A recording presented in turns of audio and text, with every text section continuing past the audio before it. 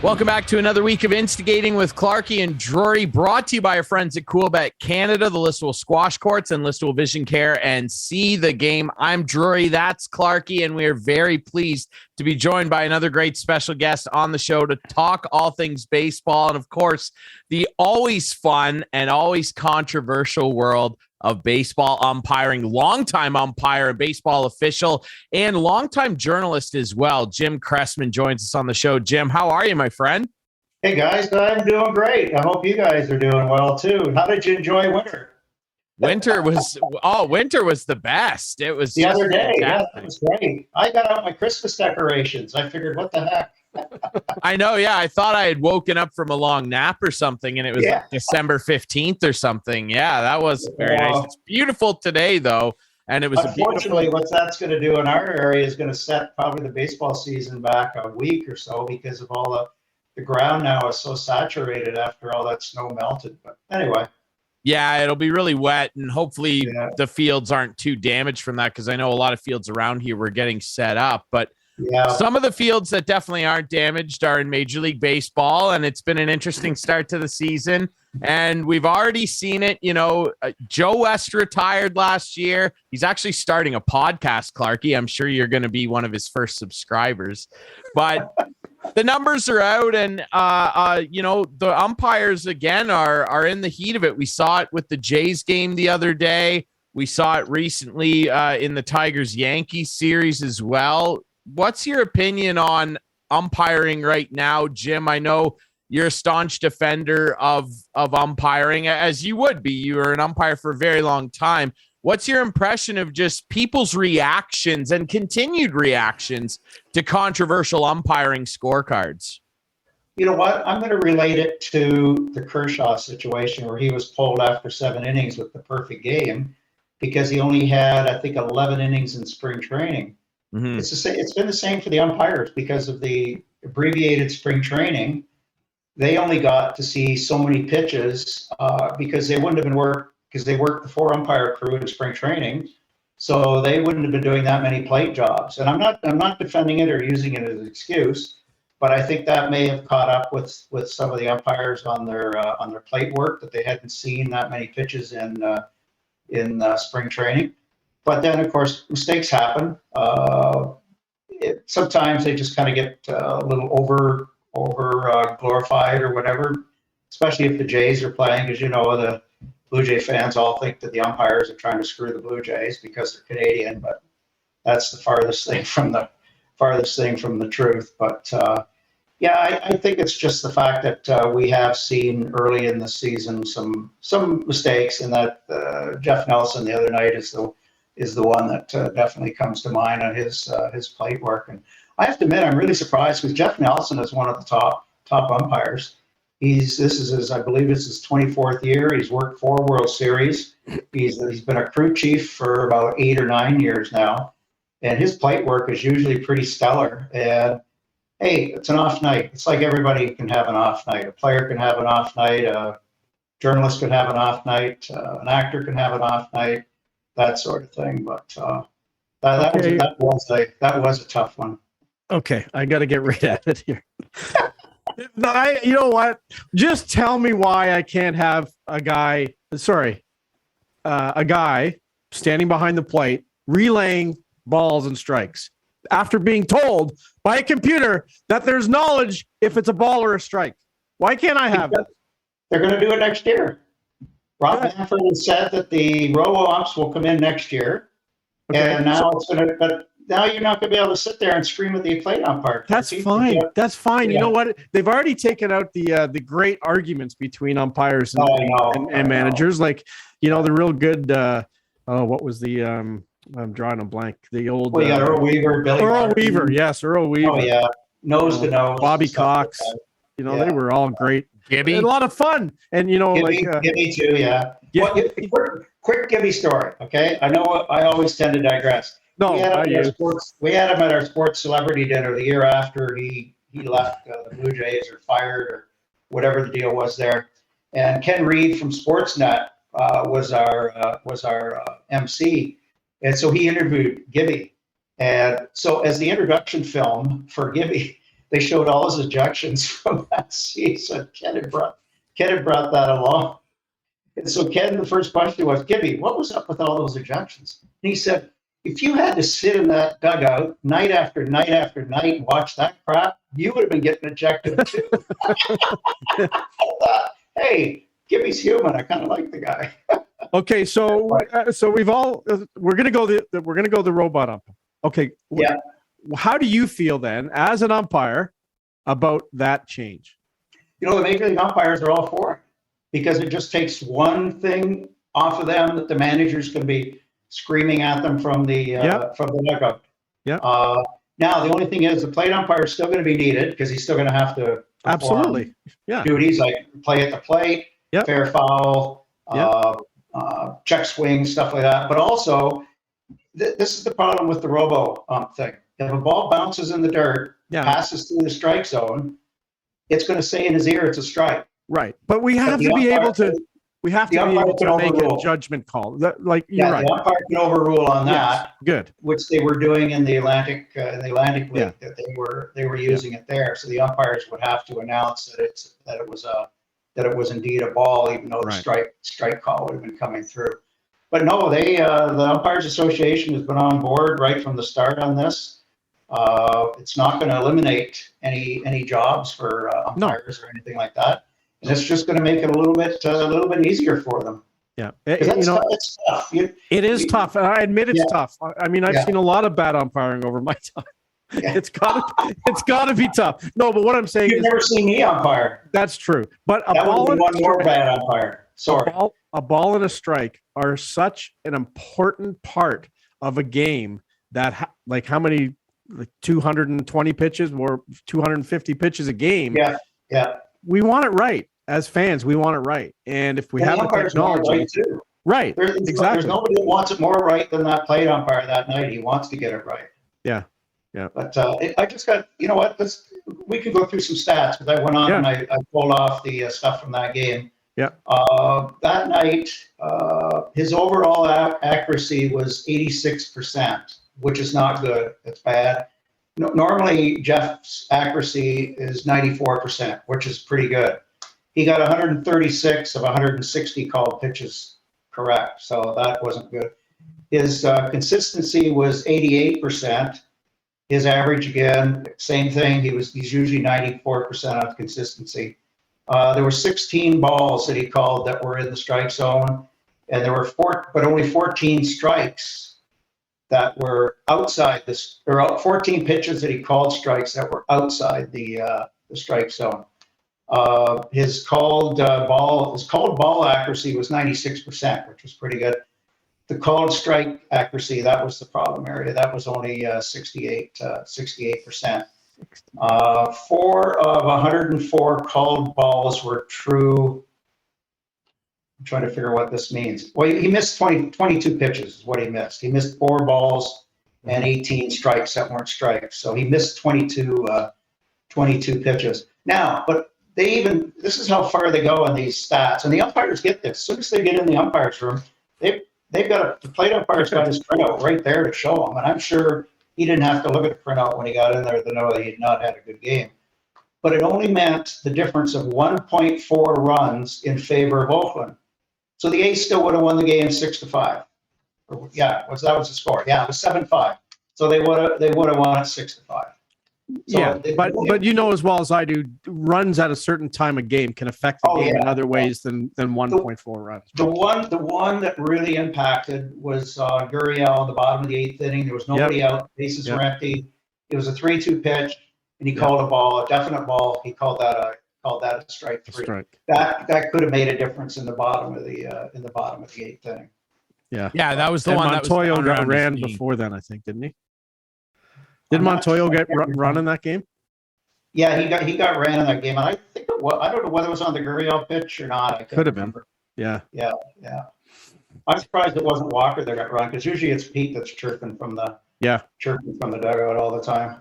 He is doing a lot of chirping, noticeably more this year. I wonder why. Maybe it's because a couple of his pitchers, including Hyunjin Ryu, or as the guys on Overdrive are now referring to him as, Clarky, Hyunjin Ryu-ark, are Maybe it's because they've turned into gas cans. Ryu's a real problem right now for them. We'll touch on that. There's a great Twitter account, Umpire Scorecards, at Ump Scorecards, where they, after every game, put up a great infographic of all the umpires that work every single night. And let's sing praises of some of them that do a good job. The other night I watched this game.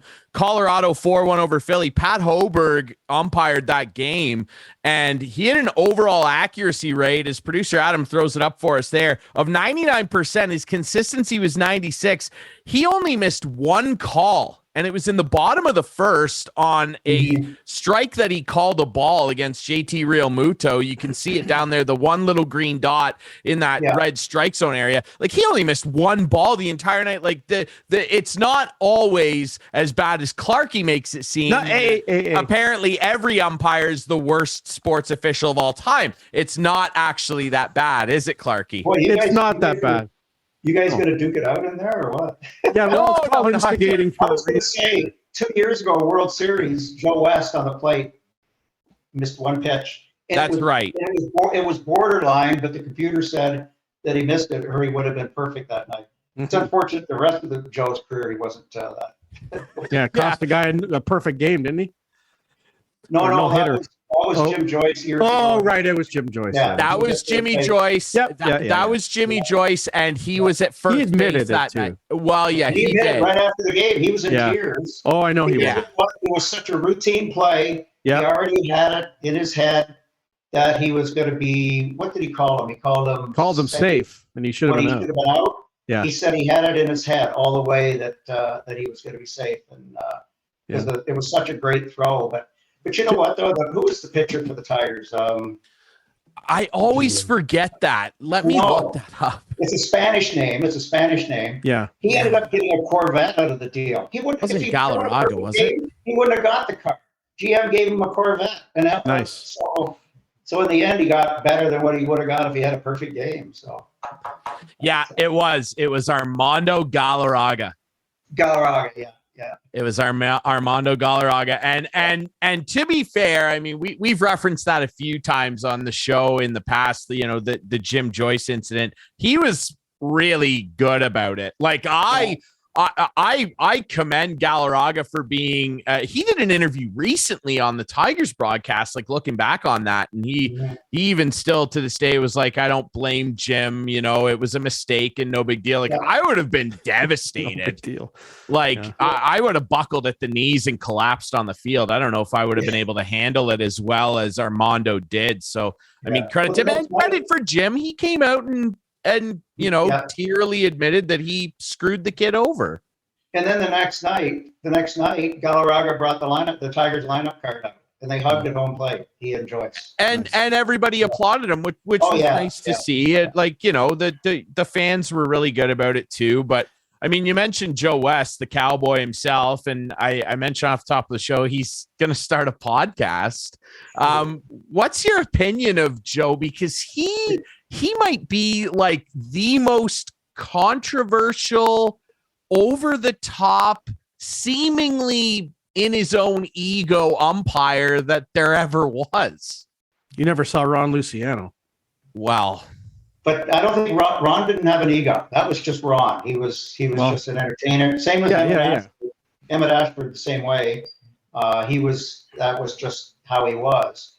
But yeah, Joe, it just seemed like controversy always followed Joe wherever he was. Even when he was in the minor leagues, he threw out the PA announcer and the organist. That's right. Well, because they played three blind mice. Accurately. I probably would have done that too. But Joe always just seemed it just seemed to follow him. Not every game, but every once in a while he would have something where you're thinking, what is he doing? But Jim, the game's really changed, right? Like when you watch now and you see that overlay of the strike zone on home plate, and like it's just the microscope on these guys now is incredible, and that's why I think, as you said, that they're probably welcoming this now. The one thing I want to point out about that is that box is not 100% accurate. Sure. Because if you'll notice, it never changes. It's always in the same spot, the Same height. It doesn't adjust to a tall player. Or you got Aaron Judge up, and then you got Kirk up, and it's the same. Yeah. It's like, okay, wait a minute. The other night, I don't know who it was, whether it was Tom. What's that guy? Something Joy, Tom Joy, or Bob Joy, or John Boy. What's that? John Boy. John Boy. Yeah. But it might not have been him, but I forget who it was. Pointed out, and I because I was in and out of that game, and I hadn't noticed it, but the strikes, that box apparently kept skipping, and they showed it where it would skip right and left and that sort of thing. So you can't always go by that, and that doesn't give you any depth perception. That just gives you one shot of the plate. Now this RoboUmp stuff, they've got lasers coming from all over the ballpark. It's just, I'll say this too, just the same as the replays. They'll always talk, the broadcasters will always say, well, gee, on the replay that we're seeing, it doesn't look like blah, blah, blah, blah. There's every major league ballpark for the replay system that they get back in New York, 36 cameras are trained on the field. So they're getting 7, 8, 9 more replays than the TV's showing. It's just too bad that TVs can't plug into the major league system to show all those replays. Yeah. But so they're seeing totally different replays and back in New York than what we're seeing on the broadcasts. Jim, did you see when George Springer got called for catcher's interference? I think it was the official call when they called the guy out at second for stealing. Good call? Yeah. See, there was a time when there had to be contact, but they got rid of that rule a number of years ago. The catcher had to bump into the batter. Okay. But then they realized, like, why should not we, but baseball said, why should we be putting the onus on the catcher to show that there's actual interference when the batter has stepped across the plate? That holds up the catcher. He's not going to throw. Because if he bumps him, now we might end up with a fight. So they changed the rule. And now if he blocks him, that he's out. And that was the right call, because he did. Okay, so he didn't interfere with him, but I hear what you're saying. There doesn't have to be contact. But a Texas Ranger can stick his arm out over top of the plate when Russell Martin's throwing the ball back and nearly cause a riot. What's the difference? Are you talking about the playoffs back in the 2-hour-long inning? Yeah, he didn't step. That was Dale Scott. He did not. His arm wasn't even out of the batter's box. Buck Martinez, eventually they talked about it and they showed it. He was still within the batter's box. He's okay in there. He just went like this. His whole body was in the box. It's up to the catcher to go around the batter. The batter did nothing out of the ordinary. He didn't stick his arm out of the batter's box or across the plate or anything like that. That was the correct. The only thing that Dale did, he shouldn't have called time. Exactly. And when you call time, I don't know how you can allow a run to score after. It's in the book. If an umpire makes a mistake, you can go back and correct it. You initiate what would have happened if you hadn't screwed up. Like I would have got ejected for sure. Was fair. You place the runners where you think they would be. They brought that in when they brought in the replay system. I would have got ejected. No question. Well, yeah, but you're a hothead anyway. So. Well, no, not Clarkey. Well, a lot of beer cups got ejected onto the field. So I mean, and it doesn't matter because Jace turned around and had a dramatic win. So that's where I like what they've instituted now. Finally, baseball has come out of the Stone Age and put the mics on the umpire. Yes. Explain what has gone on. If Dale Scott, if they had a mic on him, he could have explained right then and there. And it would have solved it all. But nobody knew what was going on, even the broadcasters and that sort of thing. The only thing that baseball's not doing that I wish they would do, because hockey does it, and football does it, and basketball does it, is explain the rule. Baseball is just basically saying they're challenging, they slide at some base, and then they come back and say the call is upheld or overturned. But they need to explain the rule a little bit. You know what you should do? You should write a letter to the fine folks at Sportsnet. Who I have a lot of, no, I won't say it. And you know how the NFL has their NFL official on standby? Anything controversial, they'll check in with them. You should be the guy, Jim. You should be the guy. Dan goes, Jim Cressman, what do you got? What do you see there? But when would I go to the Blythe Festival if I had to sit home every night and watch the Blue Jays? Yeah, you get a backup guy every once in a while. Not Clarkey. And you're going to be sitting outside this year. Blythe's building an outdoor facility, aren't they? Yeah, last year I sat outside last year too. Oh, there you go. You didn't support them? I didn't make my way down there last year. No. Oh, okay. No, maybe this year. I would have picked you up. So I went to the curling one, which I loved, and then I went to see Jumbo, and I thought it was the worst thing I've ever seen in my life. Agreed. But anyway, I'll give it another chance. The Harvest Stage is great. It's a great venue down there. It's a great atmosphere. But this year they're going to end the season. We were sitting out there when it was like 3 degrees and bundling up and stuff like that. But they're hoping later in the season they can move some of the stuff indoors as well, back into the old Memorial Hall there. So nice. Right. Well, call me when they do a live production of Moneyball, and I'll go down and see it. Jim, I want to ask you, outside of umpiring, because I agree, I'm glad they've got mics on the officials. It's a really nice step for baseball. I want to ask you now about a couple of controversial things that happened. You referenced one earlier with Kershaw, and we'll get to that. Here's a rule that has been talked about. I don't know how much you pay attention to Pitching Ninja on Twitter and Instagram. I love his stuff. No.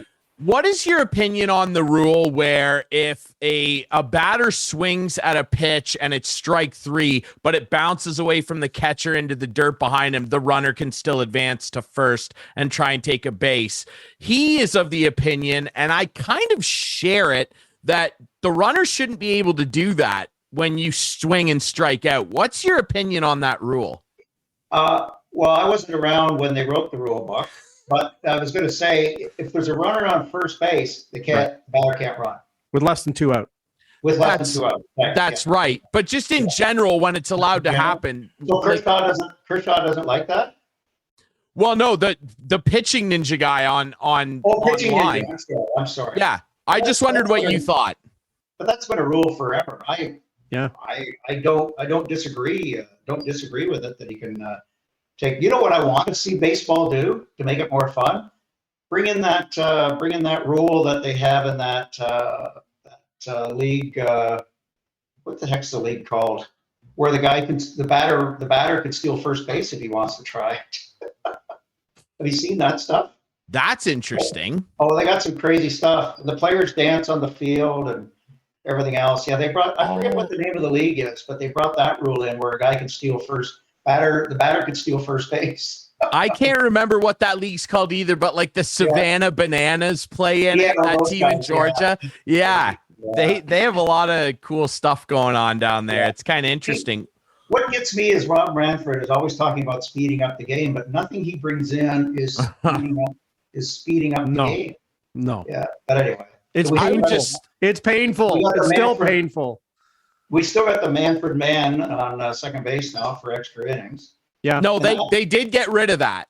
They did. No. Playoffs. It's back now. It's back now. The regular season. Yeah. Is it back? Yeah. I haven't watched an extra innings game yet. I guess I haven't seen that. That's stupid. Well, you know what I would like to see from Rob Manfred? I would like to just see him do one press conference where he isn't visibly intoxicated. That would be a good start for him. Well, I'd like to see him do one press conference where he resigns. Yeah. Wow.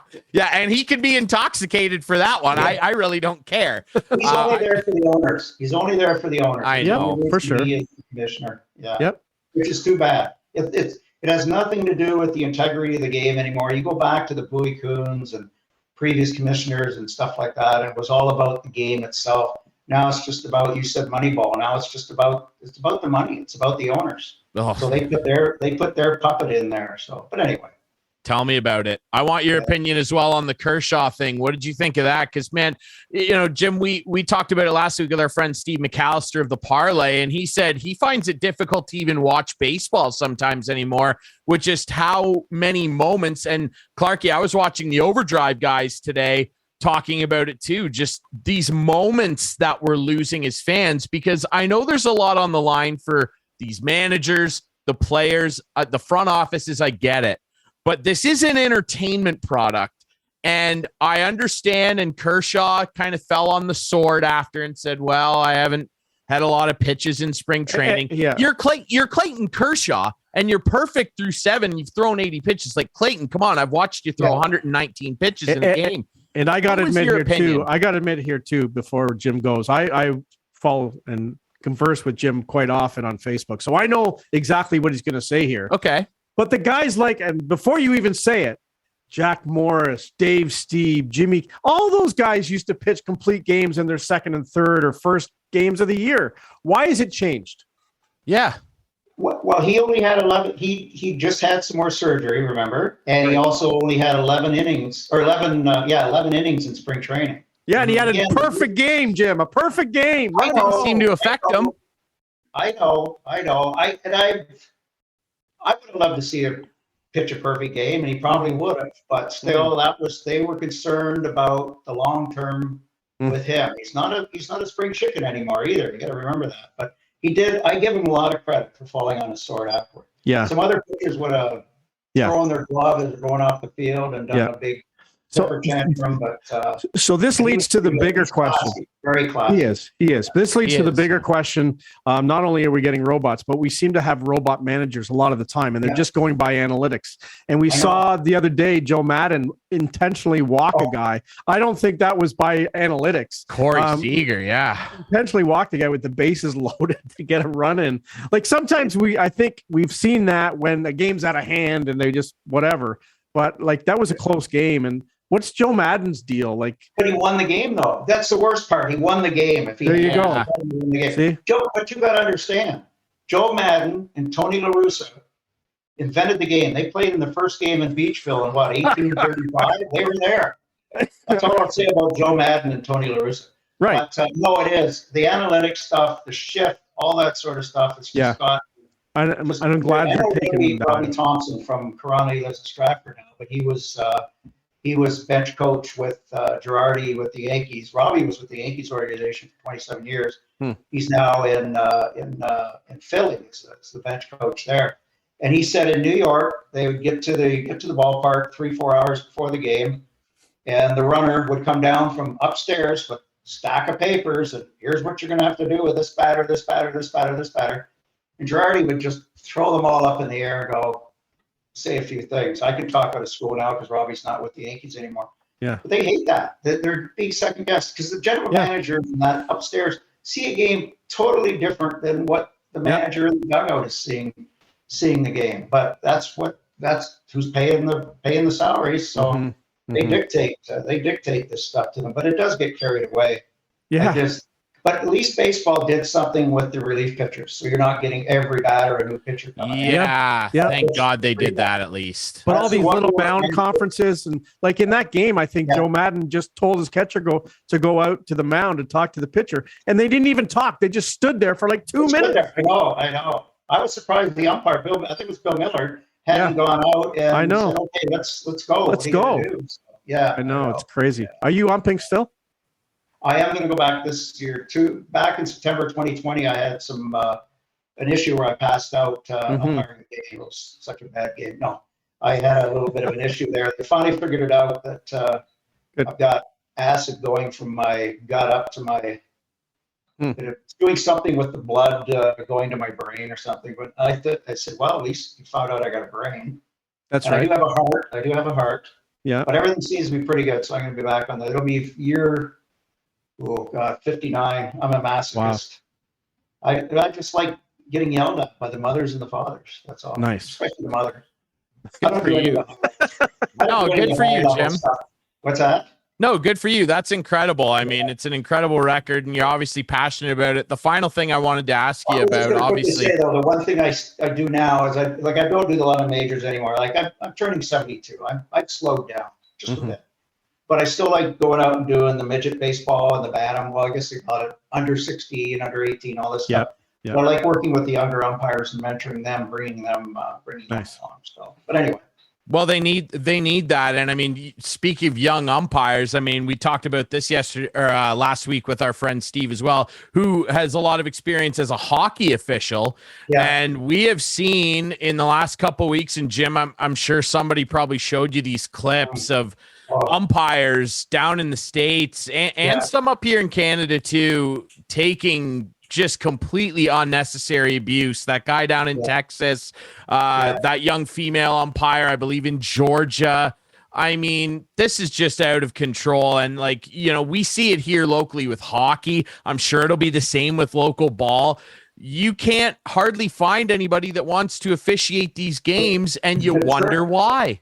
The turnover in all sports with officials is huge the first and second year. We keep stats on that in Baseball Ontario. I haven't seen the stats in hockey, but I've heard that from hockey people, that the young officials who quit in their first and second year because of the parents and that. And even the coaches is just awful. And that's the problem. And at some point, right now in the United States, I get Referee Magazine out of the US. In all the sports, amateur sports in the US combined, they're down 50,000 officials. So like, where do you make this up? Like that's the coaches and the parents have got to realize they just got to stay off these young officials, because if we keep losing these, there's not going to be umpires and they're not going to be able to have their ball games. Yeah, that's my little preaching for the day. So no, I completely agree. Yeah. No, I agree too. Sad. I agree too. It's incredibly sad what we're seeing. Jim, we appreciate you. Hey, hold on. No, yeah, go ahead, Clarky. Hold on. Are you gonna think with your heart or your head when it comes to the Bruins this year as we head into the playoffs? The Leafs, way up on the Bruins in the standings right now, but they may play them. They may play them in the first round. Who knows what'll happen? But yeah, I mean, I have the parade route all set for. It's going to start at Maple Leaf Gardens, probably work its way down Yonge Street, and end up at the probably. So what do you see? Aren't you gonna have it head up your way to Listowel? Yeah. Well, I don't think so. I have my lawn chair. It's already there. It's okay. It's locked to a post. Well, how do you see the playoffs? I don't know. It's going to be interesting.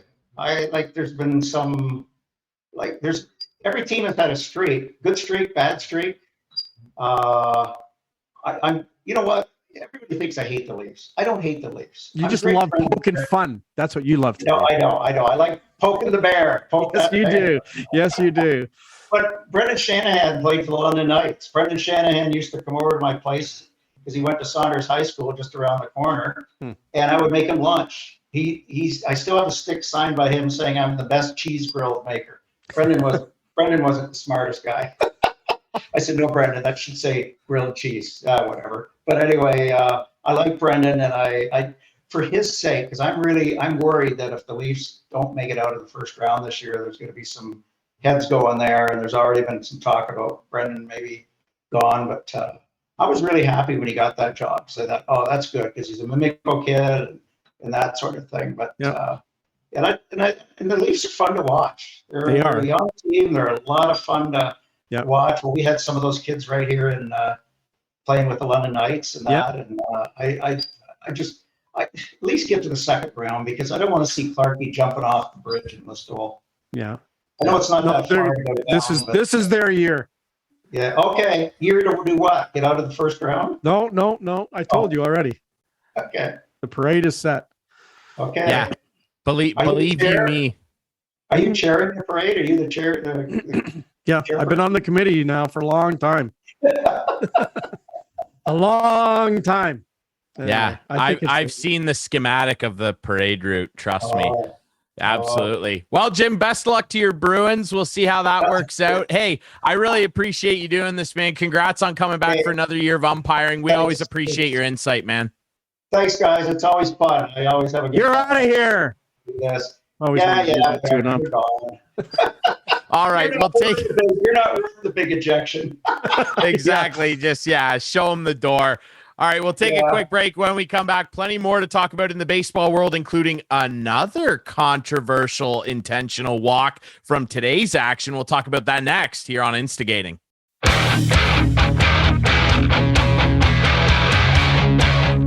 Welcome back to Instigating with Clarkie and Drury, brought to you by Coolbet Canada, our friends at the Listowel Squash Courts, Listowel Vision Care, and our friends at See the Game. Thanks to our friend Jim Cressman, longtime baseball umpire and official, and longtime journalist as well.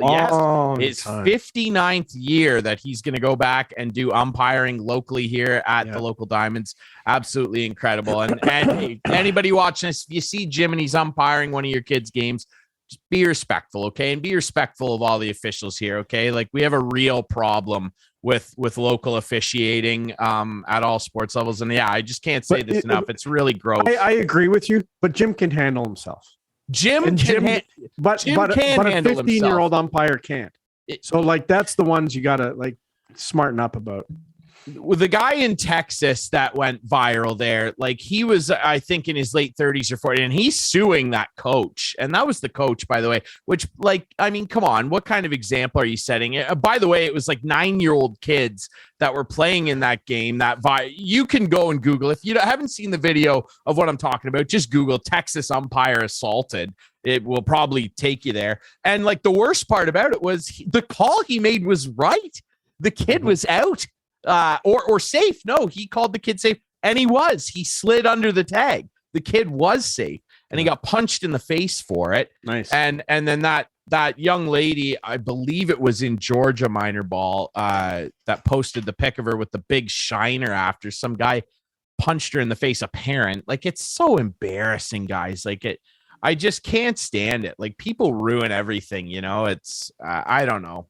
Just be respectful, especially, young officials. Like, they're kids, probably getting paid like $50 to be there. They could be doing anything else with their time. And I think in hockey now, the younger officials are wearing a different color armband. To signify their minors and to lay off.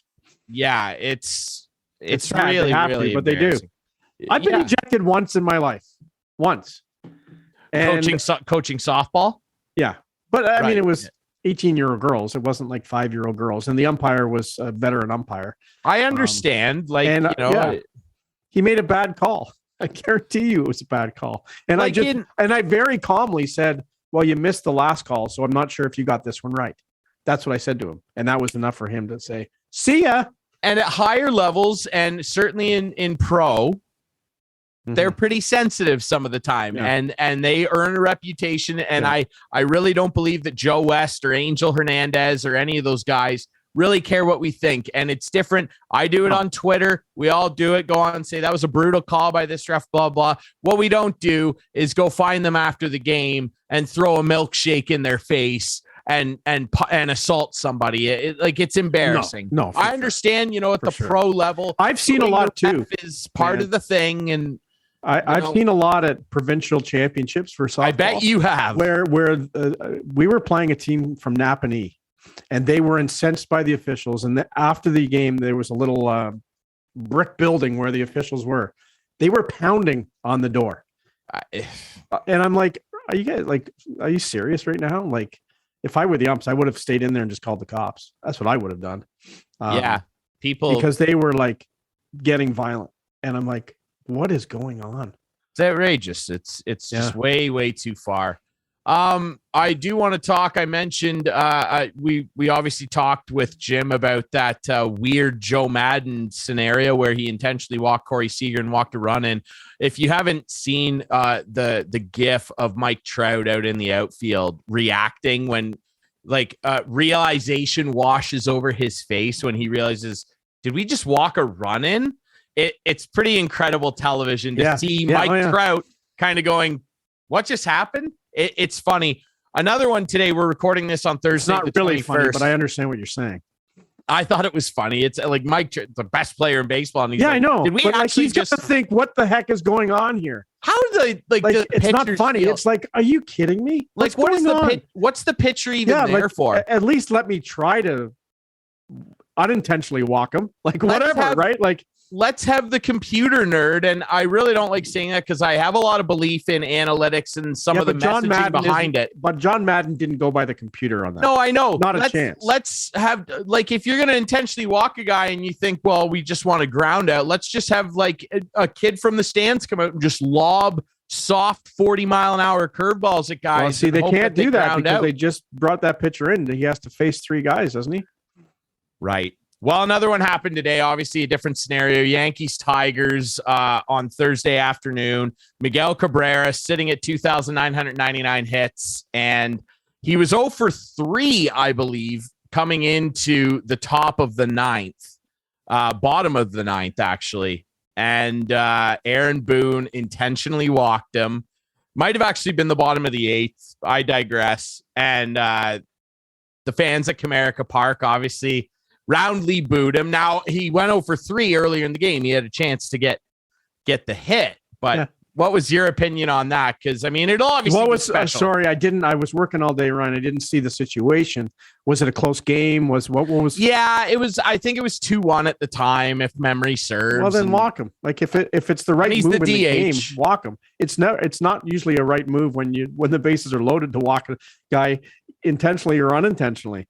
But if Cabrera is up and he can win a ball game or put you to the lead, and the right thing to do is to intentionally walk him.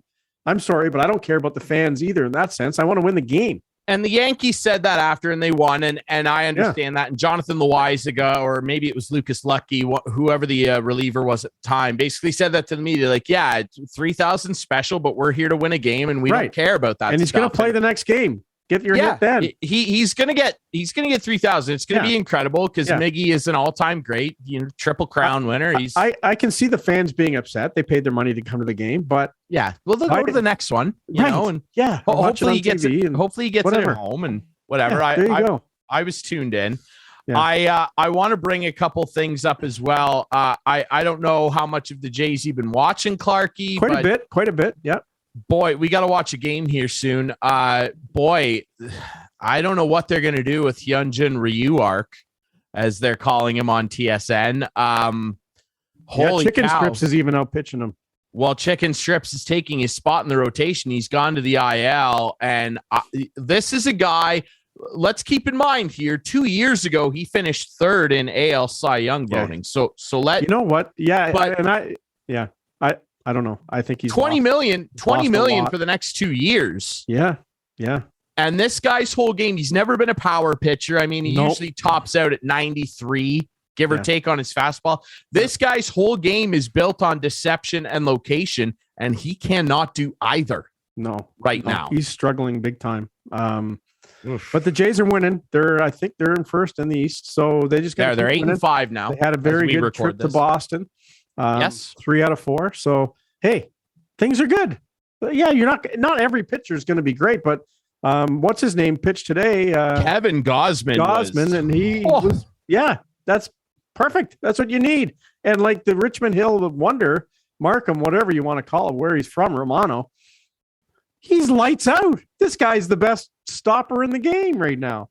Now he certainly is. He ran into a bit of trouble Thursday afternoon, but he stood his ground, and Charlie left him in there and he got out of it. And he's the weirdest guy, and he's so funny. Like he's just like, yeah, I'm here. I'm in the big leagues, guys. Like that's how I see him. And like when the lights go down and he starts jumping and dancing coming out of the bullpen, he really does have cool. Like it's very different than what we see even in current times now out of a guy like Liam Hendricks or Craig Kimbrell or Kenley Jansen, who I love. But even back to like Rivera or Goose Gossage, like guys like that would come out and have this intensity, like stone faced, and they got the job done. The Yankee guy. What's his name? What's the current Yankee stopper? The current Yankee guy, or Aldis Chapman's the guy you're thinking of? Yeah. Chapman the other day, he was facing the Jays, and he like walked the first 3 guys, and they yank him, and the Jays are like, oh, this is great. But then, unfortunately, your buddy Matt Chapman made a huge running mistake in that game to end the game. But I like Chapman. He was awesome today. He's really good. Fantastic. He seems like, and this means a lot to me, he seems like an incredible guy. That's what everybody says about him. And, obviously I'm still paying attention to the A's, and they're off to a surprising start. I believe as we record this, they're leading the league in runs scored, which is bizarre, and that won't last. But like you hear everybody down there talking about how much they miss the guy. And Matt Olson. It's incredible. Yeah, he seems like a really great guy, and he is, like I said, for the year I called him going to the Jays. He is and is going to continue to fit in very, very well into the fabric of that team. He played amazing today on Thursday afternoon in Boston. Yeah. I do wonder, and you're right about Jordan Romano. He does have this very carefree. Looks like he might have just walked out from having a slice of pizza and a beer, and he just is like, I guess I'll pitch and K all these guys out. It really is something. And Gausman, man, that splitter, when he gets that thing dancing, he was making guys look stupid today. He looks like a horse, absolutely. And Barrios had a nice bounce back. Yep. I'm happy. And George Springer had an injury scare the other day. He's okay, pinch hit. on Thursday. So how's Robbie Ray doing this year? Robbie Ray's been his first start was pretty good, looked pretty vintage, and his last couple starts have been okay. Seattle's playing pretty well, though. Like, Seattle's actually playing well. And remember, they made some big additions in the offseason, pilfering Cincinnati of Jesse Winker and Eugenio Suarez, who's really come alive lately. Marcus Semion's starting to come alive. What'd you think of Shohei Ohtani the other night, Clarky? I'm sure you definitely watched. He K'd 12 batters, and he batted twice in the first inning as the Angels they were running rampant on the Astros. He was incredible. He is incredible. There's no question about it. He's the defending MVP in the American League. He's incredible. No question about it. What I don't like is the new rule that if he comes out pitching, he can still hit. I love that rule. What's wrong with that rule? Why? If your first baseman comes out, he can't keep hitting. But it's a unique thing because it's the pitcher. Okay, so your lineup remains the same. Whereas if you take the first baseman out who bats consistently, your lineup changes. Yeah, but it shouldn't. It shouldn't change. I like it. I like the rule. It's entertaining. I don't know. It's the Ohtani rule. One guy. Yeah, it's one guy. Well, in 10 years' time, when he inspires a bunch of guys, he can hit in every other game. 4 out of the other 5 games, he can hit all game, no problem. I don't have a problem with it. And he comes out, he's out. He's out of the game. I don't have a problem with it because he's the face of the sport right now. And baseball needs to market itself better. Let's talk about something a little different here. We haven't talked hockey, and we have a week left in the regular season. Yeah. The Leafs are like 8 points up on Tampa, I think, and 9 up on Boston. How that plays out is going to be interesting. The Leafs in Tampa as we record tonight, Thursday night. Yeah. It's almost like okay, you don't look at the Leafs like I do, obviously. Who would you rather face if you were the Leafs, Tampa or Boston? Yeah, like it's a really good question. I guess based solely on what I see in terms of depth of lineup, I'd rather face Boston. But the Leafs have proven that they can hang with Tampa too. The issue is the same as it's always been. When the Leafs stars get checked harder and are closed down more often in the playoffs where space is even more at a premium, can they find a way to defend the other team's stars in the same fashion and squeak out 2-1 wins? Yeah. Because and I just think 6-4 is not coming. Tampa. And I think they match up better against Tampa in that situation. I really do. They very well could. It's just that Boston does not have Hedman back there. No, nor Vasilevsky. Give credit to Allmark and the goaltending, tandem down there, Swayman. Yeah. Thankfully, the Leafs don't have to play Buffalo in the playoffs. Like, how can they? Maybe in a couple of years. Who knows? Lose to Buffalo again. This last week. And then they go and play Washington and blow the doors off them. I don't get it. And they're gonna play them one more time in DC. I'll be looking for Sunday night. Bounce back performance from my Caps, who actually have played really well down the stretch, surprisingly, despite their horrendous goaltending. Let's touch on that as well really quick, because Matthews, we're recording this Thursday, is going to sit out again against Tampa. Really want to see him get 60. They got 5 games left, including tonight, so we'll have 4 more to get 2 goals. Don't think he's going to pass Ovi's 65 at this point because they're being really cautious with him, but I want to see him get 60. 60 special. Yeah. I do. We should mention too, obviously we lost Mike Bossy. Super sad. And him and Wayne Gretzky are the co-holders of the most 50-goal seasons ever with 9. They've now been joined by this guy over my shoulder, Ovechkin, on Wednesday night, scored 2 against Vegas.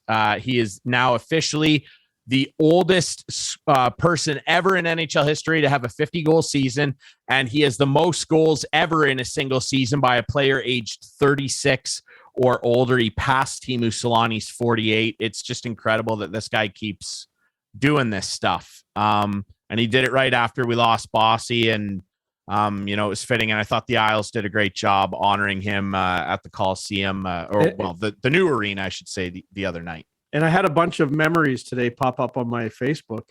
And tonight's the anniversary of the the Kadri low blow on Ovechkin in the playoffs, and then Niskanen slashing him, and people thinking he was diving and didn't. Like even the announcers, who were absolutely horrendous, Jim Houston and Craig Simpson in that game, were saying that Kadri dove. Ovechkin gave him a little cross check. And my Facebook memory is I actually broke it down and showed the actual two-hander by Niskanen. But it was this day back in 2017. I remember that. And yeah, you chirped in on it too. Well, because it was a gross hit against a legend, and Nazem Kadri should went to his place. Didn't he go to the dressing room and have a Coke? And then he did. He had a Coke and he came back and he scored. And the Caps won that series, so I don't care. Let's move on to something here. Producer Adam, I sent him a couple things here. I want to start just with an athlete thing. Now, we just talked a little bit about abusing umpires and how stupid that is. Like, I get it, man. Athletes make a lot of money, but I saw this the other day from England, one of their stupid tabloid papers over there. Let's throw it up here, producer Adam. And it's from the Sun, not the Toronto Sun, by the way. What are we doing in England. We're giving the Sun credit for anything? It's in England. Look at this headline. So this is Phil Foden. I know you don't know who that is, Clark. No clue. He's a star player for Manchester City. They got eliminated from the FA Cup playoffs in England.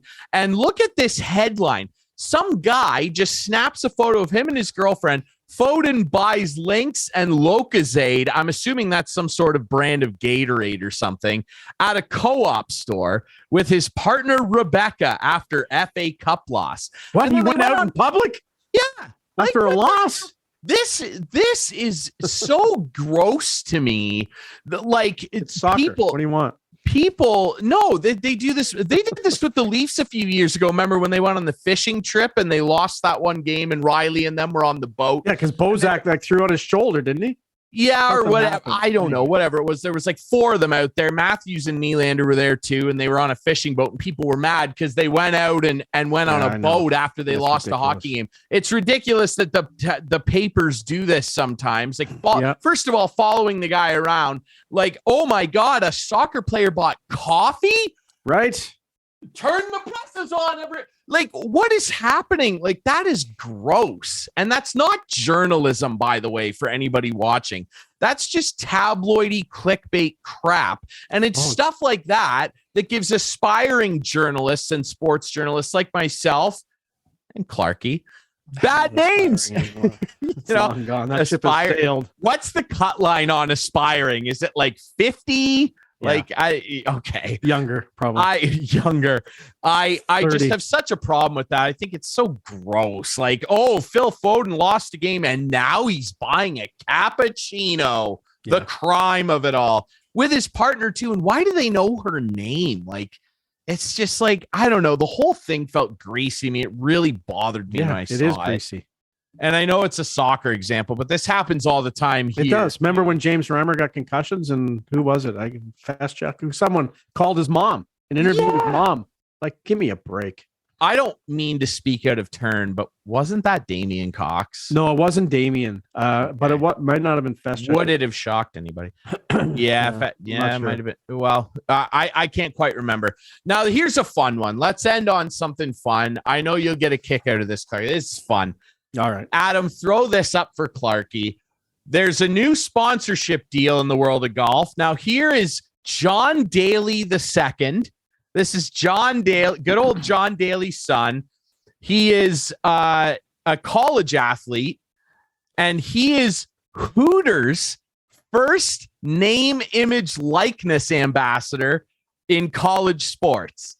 Hooters is sponsoring John Daly's son in college golf.